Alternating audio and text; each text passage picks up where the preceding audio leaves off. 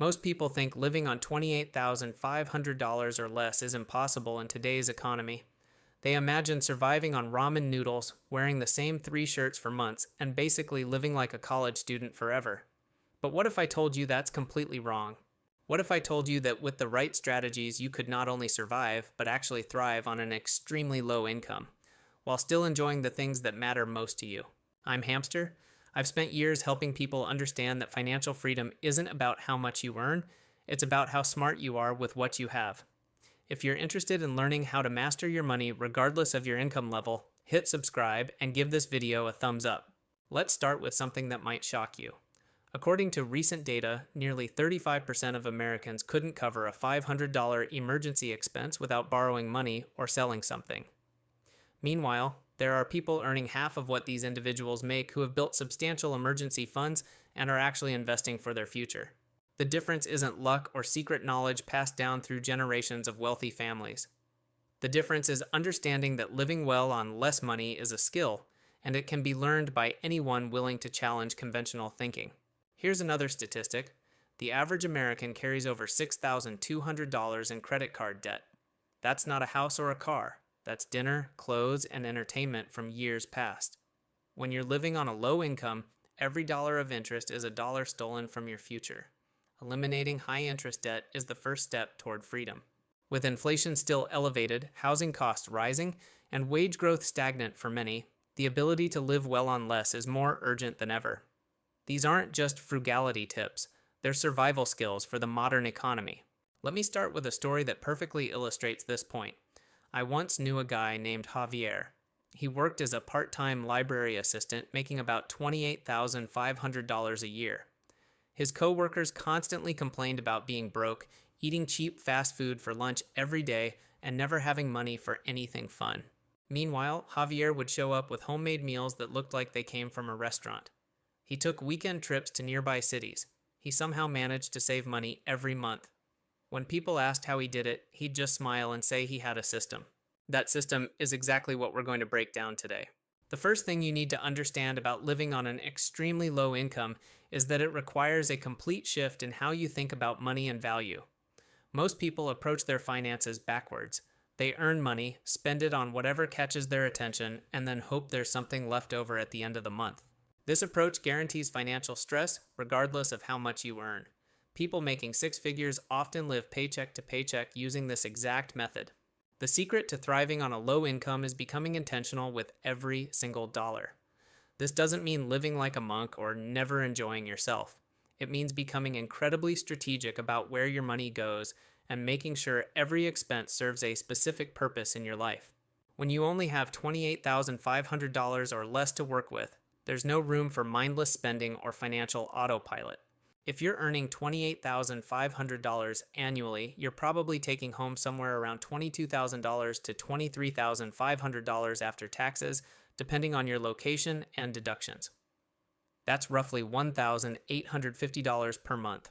Every decision must be made with that number in mind. Write it down. Put it on your fridge. That's your real income, not the pre-tax number. Living on a low income can trigger a scarcity mindset, where you focus so much on lack that you make poor decisions, like buying cheap junk that breaks, or taking payday loans. The antidote is intentionality. Every dollar is a tool. Use it wisely. Let's talk about the foundation of living well on less, keeping your fixed expenses as low as humanly possible.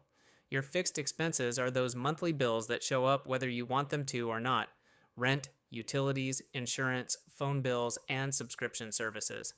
These expenses are like financial quicksand because once you commit to them, they drain your resources month after month without you having to think about it.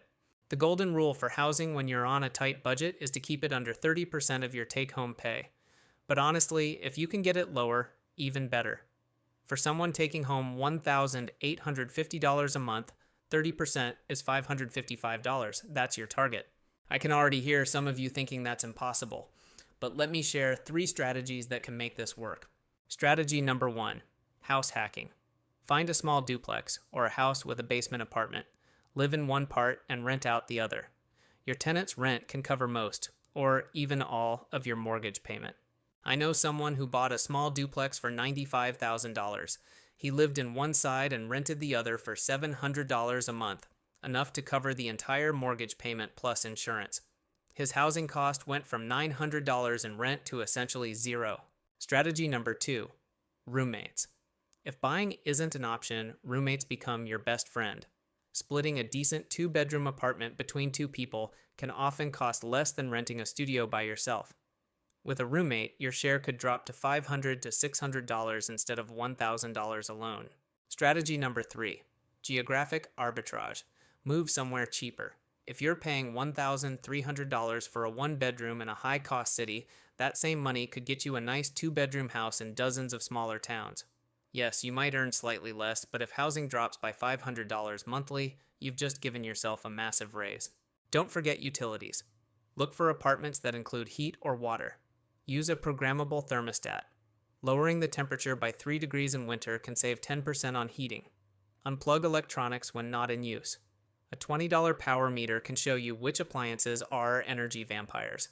If you're ever choosing between heating and food, know that most states have energy assistance programs, LEHEAP. Apply. There's no shame in using help designed for exactly this situation. Now let's address the elephant in the room. Transportation costs can absolutely destroy your budget if you're not careful. The average American spends over $9,800 annually on transportation, between car payments, insurance, gas, and maintenance. When you're living on $28,500 or less, spending nearly a third of your income on getting around is financial suicide. Here's the harsh truth. That shiny car payment might make you feel successful, but it's probably the single biggest obstacle between you and financial stability. Every month you send $280 or $320 to a car company is money that could be building your emergency fund, paying off debt, or being invested. The solution isn't necessarily to go without a car, it's to be extremely strategic. Buy something reliable and cheap with cash if at all possible. A 12-year-old Toyota Camry or Honda Civic might not turn heads, but it will cost you $3,000 to $5,000 up front and then almost nothing beyond gas and basic maintenance. I'd rather drive a boring car and have money in the bank than drive something impressive and be broke. If you absolutely must finance a vehicle, never, and I mean never, finance more than you can pay off in 2 years. A 24-month loan on a $6,000 used car is manageable. A 60-month loan on a $25,000 car is a decade-long trap. For those in areas with decent public transit, seriously consider going car-free. A monthly bus pass might cost $60 to $80. Add an occasional rental car for trips, and you're spending $1,200 a year instead of $9,800. Don't forget registration, inspections, parking fees, tolls, and tickets. These nickels and dimes add up fast. One parking ticket can cost you a week's worth of groceries. In many cities, biking is faster than driving for short trips. A $200 used bike can save you hundreds in gas and parking. Plus, you get exercise. Walkability is a feature worth paying for in rent. Food represents another area where people consistently overspend. The average American household spends over $7,800 annually on food, with roughly half of that going to restaurants and takeout.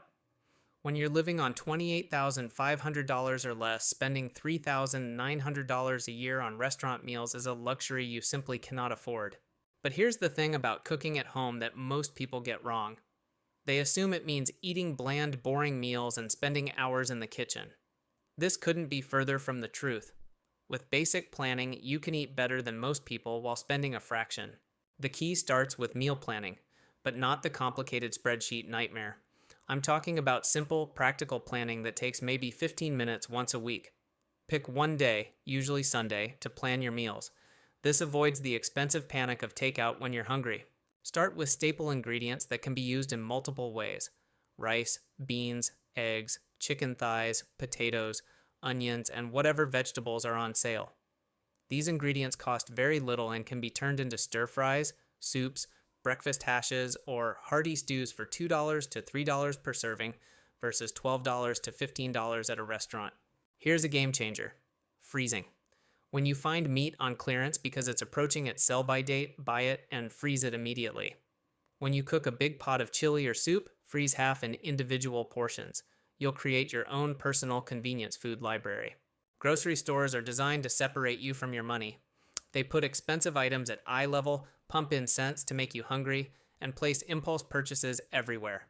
Shopping when you're hungry is like gambling with no advantage. Always shop with a list and stick to it. Don't assume bulk is always cheaper. Sometimes smaller packages are cheaper per unit, especially with coupons. Compare prices per ounce or per pound. And never buy bulk of perishable items unless you have a plan to use them. Some cities have CSA programs where you get a box of local vegetables for $15 to $25 a week. It's often cheaper than grocery store produce and supports local farmers. Food co-ops can also offer member discounts. Now, let's address something uncomfortable but necessary. Entertainment and social expenses can derail a tight budget if you're not strategic. This doesn't mean becoming a hermit. It means being creative and finding joy in experiences that don't require significant spending. Social pressure is real. When friends suggest expensive restaurants or costly activities, it's easy to feel left out. But here's what I've learned. The right people will understand. The wrong people will pressure you. Instead of always saying no, become the person who suggests alternatives. Host potluck dinners. Organize hiking trips or free museum visits. Plan game nights or movie marathons at home. You'll often find people actually prefer these. They're more relaxed and allow for real conversation. Libraries are incredible. Most offer free movies, internet, community events, and even tool lending. Some have maker spaces with 3D printers and recording studios. All free. It's like having access to thousands of dollars worth of entertainment for zero. Thrift stores should become your best friends for clothing and household items. The stigma is outdated. Why pay $40 for a shirt when a $5 used one from a well-made brand works perfectly? Some of the most stylish people I know thrift exclusively. Scrolling through Instagram can make you feel broke. Remember that people post highlights, not reality. Studies show that reducing social media use decreases feelings of inadequacy. Unfollow accounts that trigger envy. Follow accounts that teach, inspire, or just make you laugh. Check your city's parks and recreation website. Many cities have free concerts, movie nights in the park, festivals, and outdoor yoga. Subscribe to local event newsletters. You'll be surprised how much free entertainment exists. Here's a mindset shift that transforms how you think about purchases. Before buying anything non-essential, calculate how many hours of work it represents. If you take home $11.50 an hour after taxes, typical for $28,500, a $60 purchase costs 5.2 hours of your life. Is that item really worth more than half a workday? Sometimes yes, a quality winter coat or a needed tool, but often the answer is no when you think in terms of your actual time. Let's talk about emergency funds. When you have low income, you have less flexibility for unexpected expenses. Start small. Even saving $10 a week adds up to $520 in a year. The goal isn't to have thousands immediately, it's to build the habit of paying yourself first. Once you have your first $200 saved, you'll feel dramatically more secure. A flat tire or a small medical copay becomes an annoyance, not a catastrophe. Every small saving win builds momentum. Skip one $4 coffee, that's $120 a year. Cancel one $15 subscription, $180. Bundle these wins, and you've freed up hundreds without major lifestyle change. The latte factor is real but sometimes overblown. The key isn't beating yourself up over a $4 coffee. It's about making sure that coffee is a conscious choice, not an autopilot expense. If you love that coffee, budget for it. Just don't have 5 of them. One of the most powerful strategies is learning to differentiate between what you want and what you actually need. Marketing constantly tells you that you need the latest phone, the newest fashion, the upgraded lifestyle. But when you're working with limited resources, falling for these messages keeps you trapped. The truth is, most of what we think we need is just stuff we've been convinced we want. You don't need the latest smartphone if your current one works. You don't need a gym membership if you can exercise at home or outdoors. You don't need cable television when streaming services cost a fraction. This doesn't mean living joylessly, it means being intentional, making sure your purchases align with your values, not just with the last ad you saw. Systems become essential. Set up automatic transfers to savings, even if just $25 a month. Use a simple spreadsheet or app to track spending. Schedule a 15-minute weekly money check-in. The goal isn't complexity, it's creating habits that run on autopilot. When you're on a tight budget, you need to be ruthless about subscription services. One $14 service is fine, but add Apple Music, $11, Netflix, $15, Spotify, $12, a gym membership, $30, and a cloud storage plan, $10. That's nearly $100 a month, $1,200 a year. That's a huge chunk of your income. Go through your bank statements, highlight every recurring charge. You'll almost certainly find things you forgot about. Cancel them. It's like finding free money. Try a week where you spend nothing except absolute essentials: rent, utilities, groceries. No takeout, no coffee shops, no online shopping. You'll be amazed at what you learn about your own habits, and you'll likely save $50 to $100 in a single week. The people you spend time with have enormous influence over your spending. If you're constantly around friends who drop $50 on drinks without thinking, you'll feel pressure to do the same. This doesn't mean abandon your friends, it means be aware of the influence. When friends suggest expensive outings, offer cheaper alternatives. Good friends will respect your boundaries. Those who pressure you aren't looking out for your best interests. Insurance is another area where people overpay. Shop around for car insurance annually. The same coverage that costs $140 with one company might cost $90 with another. That $600 annual difference is real money. Consider raising deductibles if you have an emergency fund.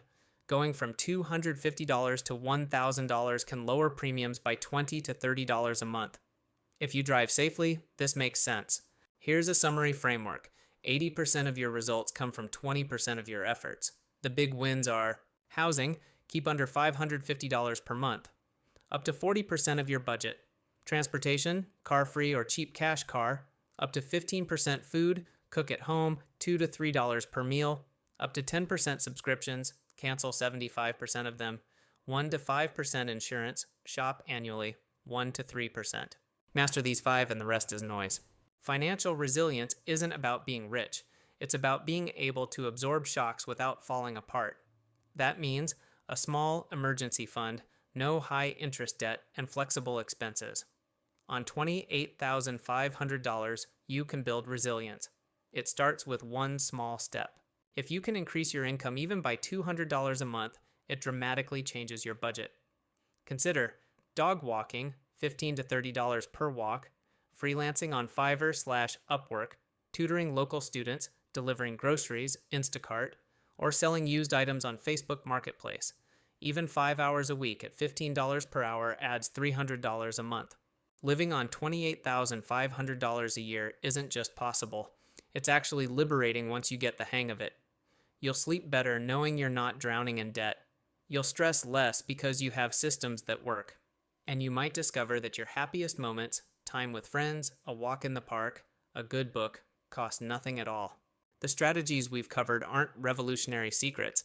They're just common sense that's become surprisingly uncommon. Start with 1 or 2 changes, build momentum, watch your financial stress disappear. You're not broken. You're not failing. You're navigating a system that wasn't designed for you. But with these tools, you can build a life that works on your own terms. You've got this. Start today, not tomorrow. Today. Open that spreadsheet, cancel that subscription, make that grocery list. One small action leads to another. I'm Hamster. Subscribe for more real, no BS finance.